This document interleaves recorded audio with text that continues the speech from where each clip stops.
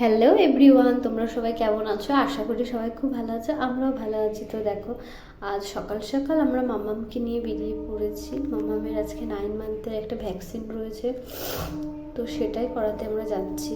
তো দেখো, এখন তো সে কিছুই বুঝতে পারছে না যে আর একটুখানি বাদেই ওর সাথে কী হতে চলেছে। তো দেখো, ও তো খুব মজায় রয়েছে, যাচ্ছে, ভাবছে মামা আমাকে আজকে সকাল সকাল ঘুম থেকে তুলে কোথায় ঘুরতে নিয়ে যাচ্ছে। তো দেখো, ও আর একটু পরেই বুঝতে পারবে।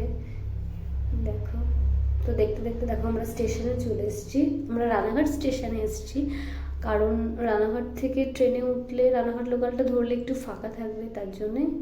তো দেখো, এখন বেশি বেলা নয়, কিন্তু এখন বাজে মাত্র 7টা 10। আমরা 7টা 20 রানাঘাট লোকালটা ধরবো।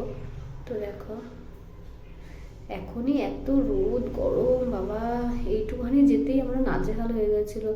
মাম্মাম তো ট্রেনে উঠে মানে ভাবছে মা আমাকে আজকে ঘুম থেকে তুলে কোথায় নিয়ে আসলো। তো দেখো, অবাক দৃষ্টিতে সবাইকে দেখা যাচ্ছে। তো দেখো, আমরা 5 নম্বর প্ল্যাটফর্মে দাঁড়িয়েছিলাম, এখানেই ট্রেনটা আসবে। তো দেখো, চারিদিকের আকাশটা এখন বেশ সুন্দর, কিন্তু আর একটুখানি পরেই তৈরি হবে রোদের গোলা, আগুন একদম ঢেলে ঢেলে পড়বে চারিদিকে। দেখছো, দেখো,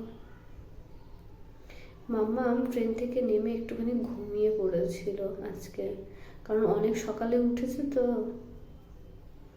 তো দেখো, যাচ্ছে।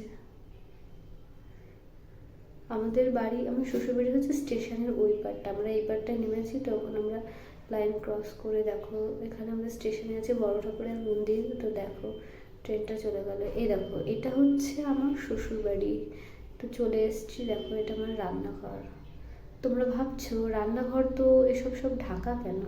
কেন জানো বন্ধুরা, আমি তো এখানে থাকি না, আমার হাজব্যান্ড যেহেতু এখানে থাকে না, তাই আমি এখন আমার মেয়েকে নিয়ে আমি বাপের বাড়িতেই থাকি।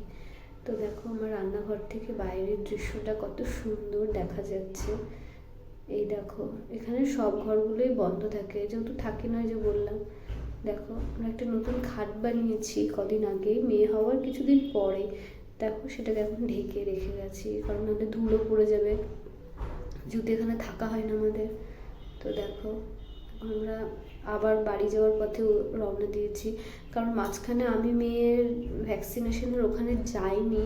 তো তখন খুব খারাপ লাগে, মেয়েকে এবার 4খানা ইঞ্জেকশন দিয়েছে, তো সেটা আমি দেখতে পারবো না বলে আমি যাইনি। তো ওখানটার ভিডিও আমার করা হয়নি।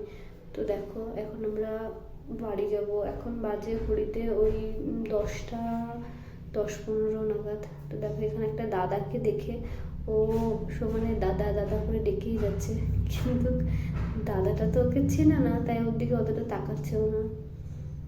তো আমার কি করবে, আমার মেয়ে আবার মুখটা ঘুরিয়ে ও হাত খেতে শুরু করে দিয়েছে। দেখো, আর কি।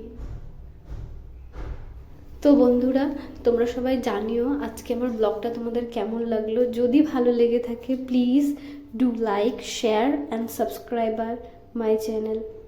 তো আজকের মতো টাটা, আমরা এখন বাড়ির পথে রওনা দিলাম। বাই।